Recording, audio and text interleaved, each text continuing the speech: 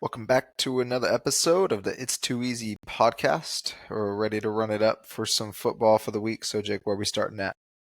Yeah, so we're gonna start with the NFL this week again. First game of the week on Thursday Night Football is gonna be tomorrow night. Hopefully, by the time this video comes out, it'll be tonight. But we got the Ravens and the Dolphins. Sorry, not the Bengals. Ravens and the Dolphins. I know Lamar's back. Ravens played really well last week. We're able to get some things together on the defensive end. Got some injured players back, so hopefully they'll be able to kind of keep that momentum rolling. They're 8.5 or 7.5 point favorites right now. I'm going to buy it down to 6.5. I think that they have a very good chance to win this game heavily, but then again, the Dolphins have also been playing really well. So I'm a little bit sticky. So I'm going to just end up buying the Ravens down to 6.5. It's going to be a tough game to win on the road here, I think, but the Dolphins definitely haven't been a very good team this season so far. And even though they are getting hot, this is pretty much a must win for the Ravens. They're still favored to win the division somehow at 2-5. I think it's just the Lamar and that offense effect with coaching. People still think that they have the tools.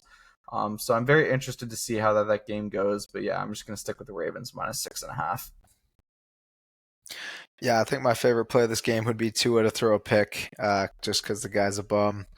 And we haven't seen a lot out of the Ravens defense, but obviously getting a little bit of health back. Got a big win last week with Huntley in the game, and now Lamar's going to be back, so they're going to have to help him out a little bit. On a short week, I do expect the Ravens to get the win. I do feel like they should win this by 7, but I'm going to buy it down to 3 and take it at that. Yeah, right on. Then we got the Bears and the Bengals. Not sure where your head's on this one, but I'm gonna no play it. I honestly don't have a good read on this game. Flacco, I believe, is questionable to play, and Caleb Williams had a little bit of an off week last week, so not too sure kind of where the Bears stand right now. So I'm just gonna stick with the no play. Yeah, I'm going to join you on that. I feel like the Bengals should win it at home. They kind of need to keep the season alive at 4-5. But the Bears coming off a loss, I think that their team's better put together. Obviously, have the better defense, and the coaching is definitely better for the Bears as well. So I would lean on the Bears to get the win, but I also am going to stick with a no play in this game. Yep, right on. Moving on, we got the Vikings and the Lions. Another super interesting game. I think JJ McCarthy is going to be healthy and active for this game. That being said, I don't think it's going to help a whole lot for the Vikings just because they look so dejected in the game against the Chargers last week. Carson Wentz was just getting battered, and their offensive line is definitely having some struggles. And with JJ back there, I don't think it's going to be too much different for them. It just feels like they're missing a couple weapons. JJ and a few of the other receivers are decent, but against a good defense in the Lions, I think it's going to be really tough. And then on the flip side, you do have the coaching on the Vikings that can cause some problems for Jared Goff. So I do expect that to be somewhat implemented in this game. I think it's going to be tougher for Jared, but then again, he's got two of the best running backs in the league. So I expect Gibbs and Montgomery to have a big game and be able to carry the Lions. So I'm going to stick with them at minus 6.5 in this one at home. Yeah, definitely hard to hate that play, especially being in Detroit. You'd expect the Lions to get a big win. Same matchup that knocked out the Vikings in back-to-back games to end season for them last year. So I do think the Lions are going to get it done. With it being a little bit of a revenge, and now we're going to see more of a fully healthy Vikings team. Aaron Jones is back, JJ McCarthy's back, Addison, Jettas, TJ Hawkinson all playing. Like you said, Jared could turn the ball over. I wouldn't be surprised if he throw a pick or two. And so I'm just going to buy the Vikings on the other side up to 10.5 and take it at. Actually, I'm gonna buy it to 11. That way we push if we get it at 11. I do think the Lions are going to win the game and probably by a score. But I'm not sure if it's going to be a blowout. I wouldn't be surprised, but I think Kevin O'Connell with a healthy offense is going to be able to put up some points. Yeah, right on. They definitely did bounce back after that Charger game. Then we got the Panthers and the Packers. Another pretty interesting game. Packers are at home here, 13.5 or 14.5 point favorites in the game. This game, it's a lot of points for the NFL. Obviously, everybody's super high on the Packers, and they honestly still haven't reached their full potential yet. They haven't played all that great so far this season, other than a couple games. But yeah, I'm like so back and forth right now. I'm thinking just of buying the Panthers up to 17.5 because if they're able to run the ball at all, they should be able to keep it within 17.5 and just watch the clock roll. But the Packers are just a really tough team to play. Obviously, just beat the crap out of the Steelers, covered there. So it's hard not to like the Packers in this one, but then again, 13.5, 14.5, so many points in the NFL. So I think I'm just going to stick with buying the Panthers up to 17.5 and kind of banking on the fact that somehow, some way, with the run game, they'll be able to keep themselves in this game. I do think it's going to be a tougher game, so hopefully Bryce Young doesn't commit too many turnovers because that'll definitely make it go out of whack very quickly. But yeah, 17.5 is a lot, so hopefully the Panthers can cover that. Yeah, the like you said it the best. Packers have not looked great for a full game. They had a good half in the second half against the Steelers. Um, their offense looked good against the Cowboys while the defense was bad. The defense looked good against the Browns just for the offense to be bad. So there's always something going on with them. I think that they did finally start to put it together in that second half. So I'm hoping that it continues against the Panthers, who don't really have a great defense, and their offense relies right now on Rico Dowdle getting the ball, getting going in order to open up the field for McMillan. And I think if the Packers are able to keep that top five run defense in the league that they've had thus far, it's going to shut down a lot of what the Panthers are able to do offensively. So I'm going to stick with the Packers minus 12 and hope that they get it done. I think that they'll probably cover. Yeah, for sure. Moving on, got the Chargers and the Titans. Chargers, after a couple tough games earlier in the season here with a lot of injuries, have a bit of an easier schedule coming up here. So I'm looking forward to that. Obviously on the road here in Tennessee, I believe they're 7.5, 8.5 point favorites, maybe even a few more than that, 9.5. But I'm going to take a minus 6.5 just to cover a touchdown again. I don't think this is going to be a difficult game for the Chargers, just because the Titans seem pretty dejected as a team. A lot of guys are asking for trades or just losing confidence in this team and the ability to get wins. Um, so yeah, I'm just gonna stick with the Chargers minus 6.5. I feel like Herbie's gonna have another really good game. Titans defense hasn't been all that bad, but their offense really hasn't been able to get anything going. And I think with having Khalil Mack back, even if he's in a cast, the Chargers should be all right. I don't know the status on Derwin James after that injury in the game against Minnesota, so I think that is going to definitely play some sort of role in this game. I'm just interested to see kind of how well Tennessee is able to move the ball. I just don't trust that they're going to be able to run the ball all that well. So yeah, for that reason, I'm just going to stick with the Chargers. No matter the running back that's been back there, it seems like they're a pretty good team. Kamani Vidal had an incredible game against the Vikings, which is a top 10 defense most likely, right, with the coaching and the squad they've got. So yeah, I'll just stick with the Chargers minus 6.5. Yeah, I think this line's a little bit inflated after watching the Chargers stomp on the Vikings last week. At the same time, the Titans have been buns, and so it's hard to hate that line. I feel like the Chargers are going to get it done by 3 to 4. I think it could be a little bit closer. They are still banged up, and it looked really perfect the way that the offense worked last week. And I don't expect them to be able to move the ball that effectively again. Granted, Kamani Vidal, you'd mentioned, had a great game, and the Titans are the worst or second to worst rush defense in the entire league. So I think my favorite prop of the game is to take Kamani Vidal to score a touchdown. And I do think the Chargers are going to win and probably win by at least 3 or 4. So I would take maybe those together, but buying it down on the Chargers line to probably -4, and then taking Kamani as a player prop to score a touchdown. Yeah, right on. Love that. Falcons Patriots, another really interesting game. I had no clue that Penix was out last game and ended up riding the Falcons. That destroyed my parlay, which sucked. Um, but here they are on the road against the Pats. I'm not sure if Penix is going to be playing in this one. Obviously, Kirk looked all out of whack with that offense, and Penix is looking like the better quarterback over there right now. But Drake May has been incredible to watch. I think that he is flying under the radar and is going to end up being a candidate for MVP if he can manage to keep playing this way. I think the Patriots at home are going to be a bit of a different beast for the Falcons. I think it's going to be a really tough game for them on the road here. And I just don't think the Falcons quite have it all together on the offensive end yet. Feels like sometimes they struggle to figure out ways to get Bijan in open space still, which shouldn't be this much of an issue 8 games into the season. Then you got the Patriots on the flip side. I mean, they got one of the best defenses in the NFL, and they still have cap to add to that by the end of the trade deadline. So looking for the Patriots to make a big move before the trade deadline hits. And I'm going to take them in this game -2.5. I think that's buying it down a little bit, but yeah, I just feel like they're going to end up being the better team here. Could very well be wrong because the Falcons have won some really strange games this year. But yeah, I just feel like with the role that Drake May is on, I don't really see this offense stopping too much. The Falcons defense has been really good, so definitely take that with a grain of salt. But I do think that the Patriots D as well is going to be another challenge as well for the Falcons offense. So, and playing on outside of a dome in New England where it's going to probably be pretty cold, getting close to October here. So yeah, I'm very interested to see how this game goes. But I'll stick with the Patriots minus 2.5. Yeah, the Falcons' offense is, I think, eighth or seventh worst in the league thus far.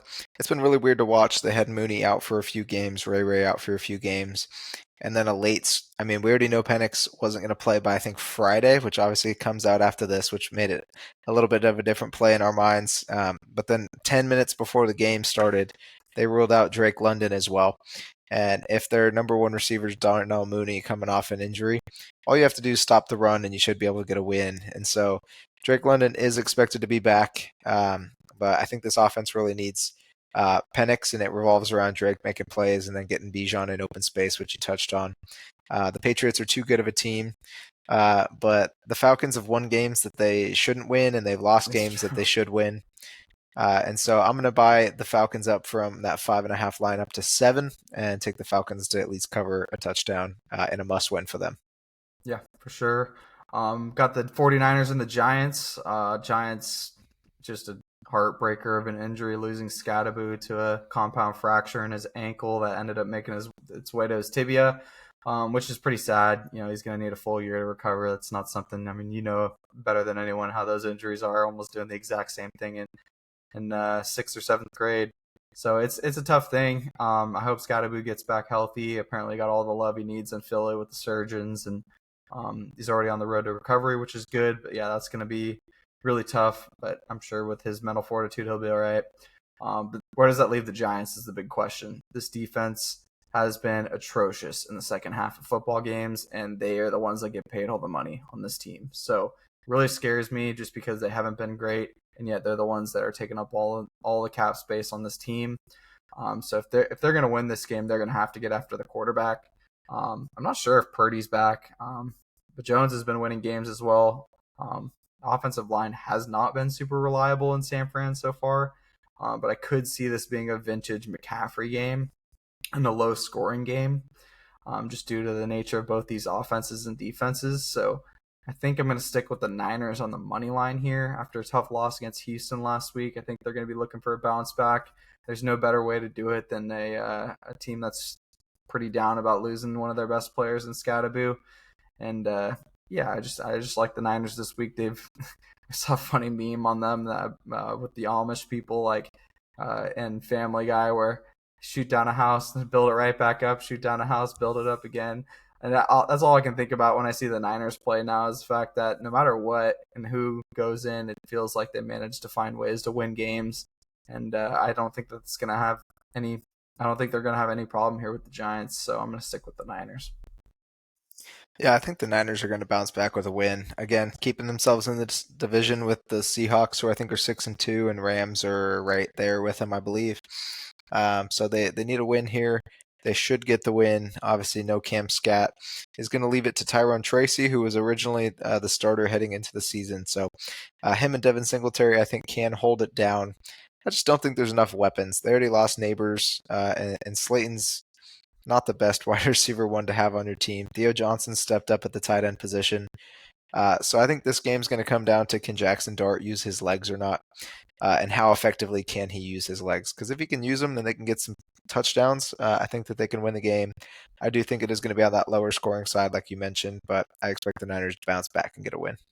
Yep. Agreed. Moving on, we got the Colts and the Steelers. Pretty fun game this season. Obviously, Steelers just had a really rough game in Green Bay against, or at home, I think, At actually, home, against the yeah. Packers. And then the Colts obviously have been a wagon so far this season. And back and forth again on this one. I'm going to stick with the Colts minus 2.5 on the road here in Pittsburgh. Main reason being it keeps the division kind of wide open if the Steelers lose this game, and it allows for the Ravens to be right back in the mix. So I think that would keep it really interesting for that division, which is usually just super tough in a battle between like three or four different teams. So yeah, I'll stick with the Colts minus 2.5. Jonathan Taylor, MVP level season. Daniel Jones, MVP level season.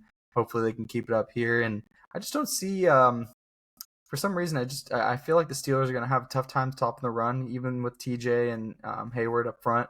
I just see them having issues here, and if not that, I feel like the secondary will not really hold up for them. So I'm curious to see how this game goes. I think it is a super interesting one. If the Colts are to lose a game, it would make sense to be this one. So take that with a grain of salt. But yeah, I do like the way they're playing right now. They're definitely one of the best teams in the NFL, in my opinion, if not the best with the way they're playing. And if Jonathan Taylor keeps playing at this level, I could easily see him winning an MVP.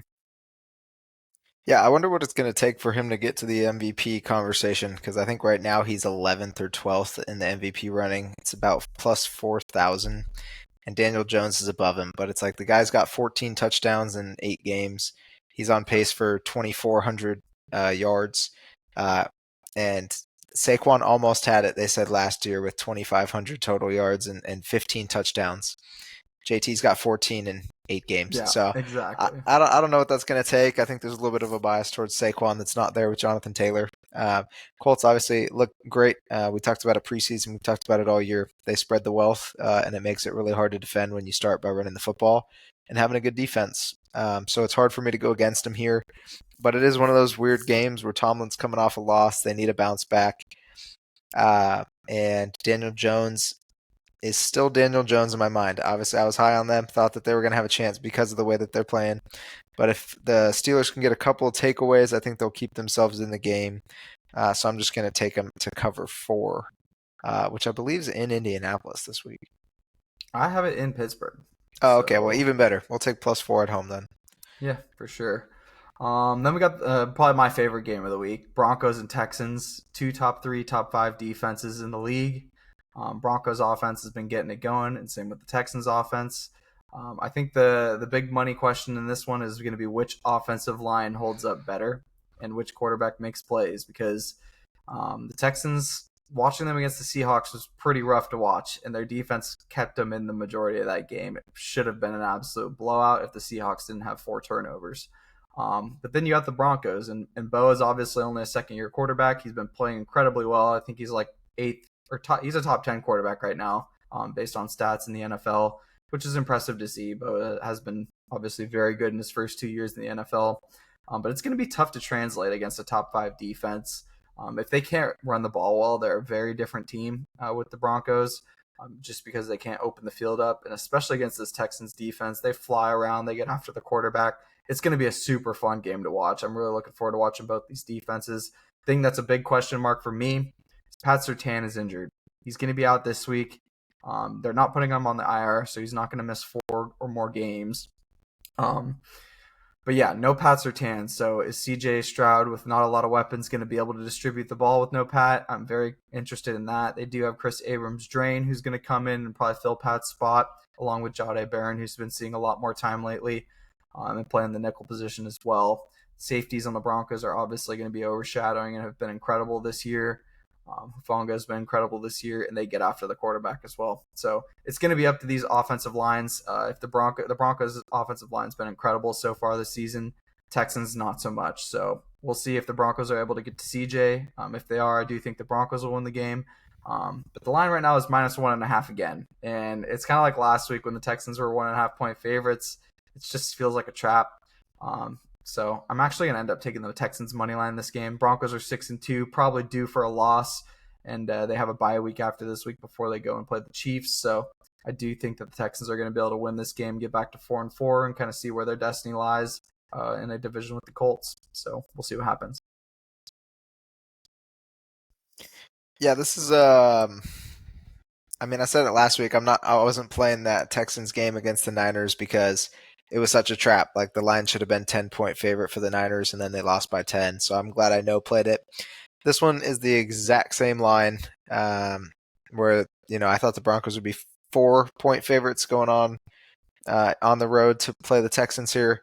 I am going to take this one. I'm going to take the Broncos to win. I kind of said it going into that last week that I think the Texans right now have a bottom three line, bottom three running back room, bottom three receiving room, bottom three coach, and I just don't think that they're going to be able to move the ball effectively against a really good pass rush from the Broncos. So I think a lot of blitzes are going to be coming so that they don't put as much pressure on that new corner filling in for Pat Surtain. But even so, you mentioned Barron Hufanga. They got some guys back there. Riley obviously has had a lot of PI calls, but he's still been solid outside of the penalties. I think that they'll be able to hold it down and get a win. And I hope I'm not falling into trap week 2. So we'll see how it plays out. Yeah, I mean it's surprising seeing obviously Riley's had the most PI calls in the game, but he's also the most targeted corner in the game right now. But on top of that, nobody talks about the fact that he has opposing quarterbacks have the lowest completion percentage in the entire league on Riley Moss, which is actually pretty impressive considering he's thrown out so much. Just goes to show how good PS2 is, reigning defensive player of the year. I think they are going to be missing him, so let's see where that one lies. It'll be fun one that we're on opposite sides of. Definitely rooting for the Broncos because I'd love to see them win that division, make it deep in the playoffs, and I think a bye would be really helpful for them going into the playoffs. So hopefully they can get there, and hopefully they win the game. But I do think with that line being at 1.5 again, it just scares the hell out of me. And somebody's seeing that the Texans are going to win this game, so I'll ride them and see if they can get back to 4-4. Moving on, we got the Jags and the Raiders. Jags are obviously quite a bit favorites in this game on the road here in Las Vegas. I'm going to buy the Jags down to 2.5 in this game. This one also scares the hell out of me just because, with the way the Jags have been playing the last couple of weeks, it's just not as well as they were at the start of the season. Did have a nice win against the Chiefs, so that is something that at least they can be proud of. Travis Hunter has been looking really good in his rookie year, so I think that's pretty fun to watch. But the Raiders have been terrible, and at some point they're going to have to turn it around. They're at home in this game.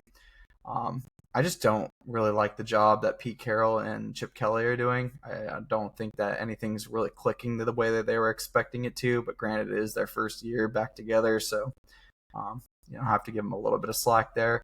But I think if they don't win this game, Max Crosby is definitely going to be either on the trade docket or requesting for a trade. So I am interested to see kind of where this one ends up. And I'll stick with the Jags minus 2.5. I just think their defense is going to be pretty good in this game. And the Raiders' D has not been all that great outside of Max. So I'll stick with that. Yeah, I'm going to take the Jaguars as well. I don't think the Raiders have shown me anything that makes me believe that they're worth taking other than week 1 with a win over the Patriots. And yeah, I mean, Geno's been terrible. Their run game's been pretty mid, even with J&T back there. Bowers has missed a lot of time, and their defense is just not good. To put it simple, outside of Max, he's a one-man wrecking crew, kind of like Myles Garrett with the Browns, who had 5 sacks and 5 tackles for loss last week and lost, by the way, if you didn't watch it. But yeah, I mean, I think the Jaguars are a pretty complete team all the way around. It does feel like the Raiders are due for a win, but there's nothing that I've seen that makes me want to take them this week. So I will take the Jags, taking it at that -2 line. Yep, right on. We got the Saints and the Rams. I believe the Rams are like 14 or 13.5 point favorites again. Another big line in this game. I'm going to buy the Rams down to 9.5 here at home. I think Tyler Shaw is actually starting this game, so they're going to kind of, I think, slowly transition away from Rattler after the start of this season. And this is not a fun game to be in your first game as an NFL player. Going against this Rams defense that's definitely a top 10 defense, sometimes top 5 based on stats. So I am very interested to see where this game winds up. I think the Saints defense is going to have a ton of trouble with Stafford because he's been incredible so far this season. I think he's really flying under the radar again. And they need to keep ahead in that division, at least stay there with the Seahawks. So I just see the Rams in a blowout in this one most likely. Probably like 30-10, something along those lines, 27-10. So I think the Rams will be able to cover 9.5. They'll probably be able to cover the 13. But it's just such a high line. I hate taking large lines. So I'll buy it down to 9.5 and hope for the best. Yeah, no, I'd expect the same thing. It should be a blowout, especially with the Rams getting, I believe, Puka back this week. Not to mention they've already been solid as it is without him for a couple games. Saints switching to a quarterback of Shaw, I don't think that's going to be much more of a benefit than it was with Rattler. And so I believe that they should cover even by 6. I mean, Stafford, I think, could throw 3 picks and they could still win this game by 6. I'm glad you said the numbers that you did, though 27-10, 30-10, somewhere in that range. Because my favorite play of this game was the under 45.5 line. I was thinking, if anything, and there's like a late cover, it could be a 24-14, 27-14, which is all still under the 44.5. So I am going to take the under with the expectation that the Saints won't be able to score the ball too much and their defense maybe gets a few takeaways. Yeah, right on. Then we got the last couple here on the slate. Got the Chiefs and the Bills. Absolute banger every year. Chiefs are 1.5 point favorites on the road here against the Bills. They have really turned things around since the start of the season, where they just weren't looking great with all the injuries. But since Rashee Rice has been back, they've been incredible. They are missing Pacheco in this game, so I think that is going to affect them very minimally. But Kareem Hunt, I mean, dude's just still balling, still so fun to watch. A 4th and 1, they go for it and give him the rock every time. He's like a vintage in his vintage Marshawn Lynch era, where he's just crushing people on short yardage downs. Super fun to watch. Bills obviously have been shaky this season. I've talked about it consistently on this podcast. Their defense, when they're not healthy, is super inconsistent and can give up a lot of points. Now they do have the reigning league MVP on their team and Josh Allen, so I do think that this is going to be a pretty high scoring game. I see this one probably being like 27-24, maybe 30-27, 30-24, something along those lines. But I see the Chiefs winning this game. I think this is another must-win for them. If the Broncos end up winning against the Texans, the Chiefs need to keep themselves right there in this division with the Chargers and the Broncos. And after that Bills loss to the Falcons, I've definitely lost quite a bit of faith in that team. So I'm going to stick with the Chiefs on the money line here on the road in Buffalo. I think they will find a way to get this one done. I am going to take Buffalo at home to get the win. I know you're mentioning the Chiefs needing to get a win here to keep themselves in that conversation in their division. But I think the same could be said for Buffalo, who is currently behind the Patriots in their own division. And so also, Josh Allen continues to beat the Chiefs in the regular season, and it's Yeah, always for a sure. different story in the postseason. And so, with the regular season, I do expect, like you said, it'll probably be a higher scoring game. One of these games, not a shootout, with the last possession taking 13 seconds or under a minute. So, whoever gets the ball last is probably going to win the game. I'm going to take Buffalo to get the win on the money line at home. But again, I kind of feel where you're at. I think the Chiefs could win this one regular season, and maybe Buffalo gets it in the postseason. So I feel like we Yeah. could see a switch. Might end up no playing this, but my lean right now would be Bills on the money line. Right on. Last two for the season. We got Sunday Night Football, Seahawks, and the Commanders. I don't have too much to say about this game. The Commanders have been getting crushed without Jaden Daniels. Not sure he's back in this one yet, but even when he is back a game after being healthy, they haven't been the best other than that Chargers game. But once again, LA not the toughest place to play. They are back at home. It is probably going to be a bit colder, but the Seahawks are used to the cold and rain. So I do think oh yeah, I'm back and forth again. But yeah, I just feel like the Commanders have not looked like a great team against good offenses, and the Seahawks, when they get going, can be a really good offense, and their defense is incredible, especially their front four. I haven't really talked too much about them so far this season, but that front four is definitely a force to be reckoned with, and could definitely make it far in the playoffs, especially being in the NFC. So I do like the way the Seahawks have been playing a lot. I'm going to stick with Seahawks -2.5 here on the road and against Commanders. I don't really love it, to be honest, because if the Commanders have Jaden back, they're going to be a completely different team. But yeah, just a lot of silly mistakes and things that really shouldn't be happening with the Commanders have been happening the last few weeks. Um, but main thing is they just haven't been able to run the ball since Eckler's been out. So I think that's kind of what's going to really turn the tide in this game, is the fact that the Commanders are not going to be able to run the ball too well. So I'll stick with the Seahawks -2.5. I'm not touching this game. Everything inside of me tells me that the Commanders are going to go get a win when they need it, just to stick around at 4-5. But not only that, I feel like the Seahawks are due for a loss. I can't really see them getting to 7-2. Uh, but based off what we've seen in these two teams this year, the Seahawks should win this game handily. And so another part of it is like such a small line on the road. It kind of scares me. So I'm going to not touch it. I'm going to expect that the Commanders are going to cover. I would originally pick the Seahawks money line as well. but I just can't get myself to do it. It feels like a weird game that the Commanders need. Now, I did also say preseason that I'm taking the Commanders under 11.5 win total because I had their over last year and I thought they were good, and now teams have figured them out. Guys are getting older. They had a couple pieces move around that kind of went under the radar, and we've seen it kind of hurt them so far this year, as well as Jaden being out a few games, Terry McLaurin being out a few games. And then obviously losing Eckler, trading Brian Robinson. Team kind of seems to be falling apart, but it just seems like one that they might have a chance, so I can't touch it when I really would want to take the Seahawks. Yeah, and I mean, after the strong start at the start of this season, the Commanders' defense has just been Swiss cheese over the last 3 or 4 games, and Yeah. if that happens again, the Seahawks. I mean, Darnold's been relatively good even with the turnovers, so I think for the Commanders to stay in this game, it is going to have to be 2 or 3 turnovers on the Seahawks end. I expect them to be able to run the ball really efficiently in this game, so hopefully they'll get this win. But yeah, this does feel like a bit of a trap here with the Commanders being at home. Then we got Monday Night Football, Cardinals and the Cowboys. I am not exactly sure who's starting at quarterback for the Cardinals, but that's definitely going to play a huge factor in this game. Obviously, Cowboys have the worst defense in the NFL. We saw that on display last week against the Broncos in Denver. And then Dak struggled.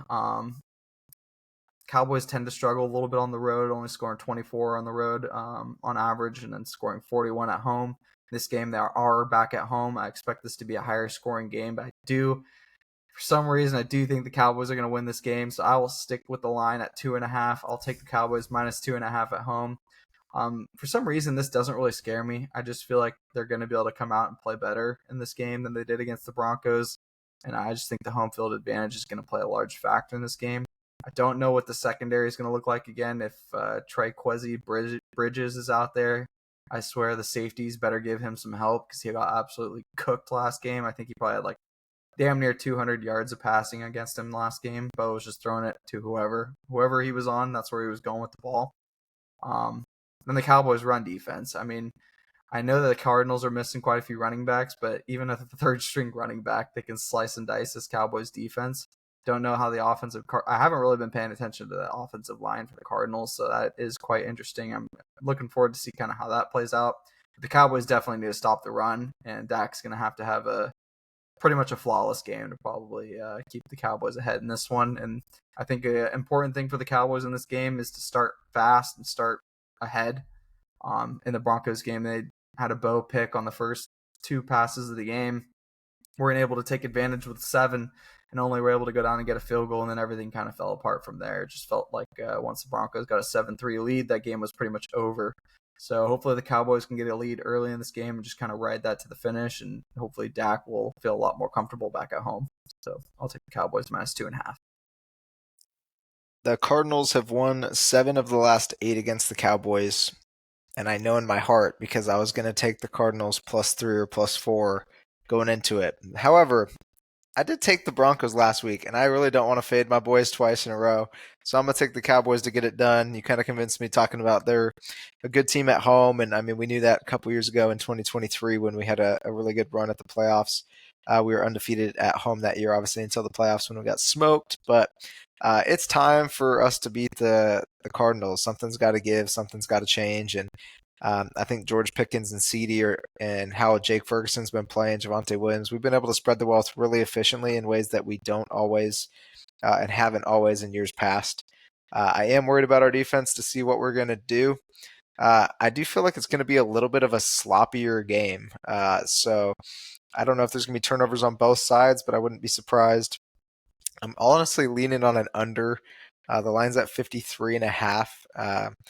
Which has probably gone over that in every Cowboys game. If I mean, I'd have to look into it, but I can't imagine we give up less than 30 in any other games than the Eagles. But yeah, I kind of find it's like an under where we have some weird turnovers back and forth, or just a lot of punting coming in. But I do think that whoever can get to 24, 25 points, somewhere in that range, is going to come away with a win. And the Cowboys should be able to do that at home with the weapons that we have. Yep, I completely agree. Monday Night Football, it'll be a super fun game to watch. Yeah, that wraps it up for the NFL Week 10 slate, I believe, or Week 9. 9, yeah. Week 9 slate. We will be back shortly with the CFB Week 10 slate. kind of dumbing down the slate a little bit this week. We've had some really good games the last couple weeks, but just haven't been all over our plays. So we're going to try and zone in a little bit closer and just kind of see where it ends up. But yeah, thank you guys all for watching the podcast. Be sure to like, subscribe if you enjoyed the videos and want us to keep getting these out. Getting a lot of reception from friends and family who have really enjoyed these. So we're going to keep going until the end of the season, and we may dive into some basketball. So let us know if you guys want to hear about some NBA, and we'll see you guys next week for week 10. Peace.